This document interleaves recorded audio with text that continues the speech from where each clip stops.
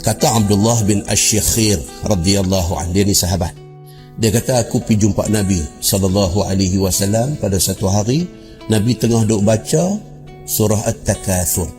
Alhaakumut takatsur. Apa maksud alhaakumut takatsur? Maksud dia apa? Maksud dia, binasalah orang yang suka memperbanyak-banyakkan. Binasa. Dia sampai, Nabi tengah duk baca surah At-Takatsur. Nabi kata, ya bena Adam, yaqul ibnu Adam, mali, mali.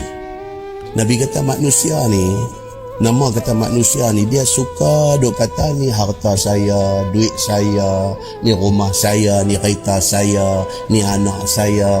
Dia manusia dengan sifat, orang Arab kata ananiah, keakuan. Saya lah ni, saya buat ni, ni anak saya, yang ni hasil daripada usaha saya. Manusia. Orang tak tanya apa dia, abang. Orang tak tanya pun. Orang jumpa dia, Haji, apa abang? Alhamdulillah lah, dia kata, anak-anak pun 7 orang semua masuk universiti, 6 orang jadi doktor. Tak tanya pun.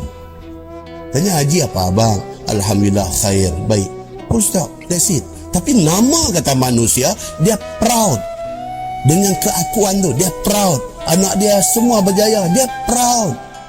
Dia buat meniaga berjaya, dia proud, dia bangga. Itu nama manusia.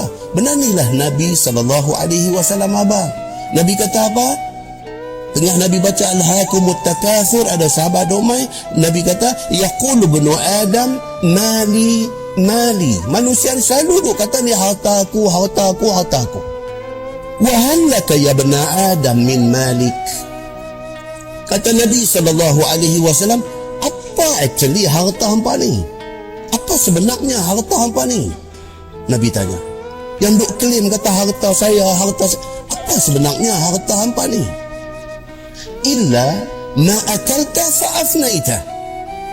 Nabi kata yang kata harta ni, kalau sekiranya benda makan, makan habis. Au labista fa'ablaita. Yang kata harta ni, kalau jenis baju, pakai, hari ni pakai, esok pakai, minggu depan pakai, bulan depan pakai, 5 tahun duk pakai, lusuh. Dia akan jadi buruk. Au tasaddaqta fa'amdaita. Ataupun harta itu kalau disedekahkan, dia akan kekal, dia bawa ke akhirat. Itu harta. Baik, now Nabi nak tanya, hak harta tu betul-betul hak mana? Selagi dia ada kat kita, belum tentu dia akan jadi harta kita. Malam ni kita mati, malam ni harta tu dah jadi hak bini, hak anak-anak kita.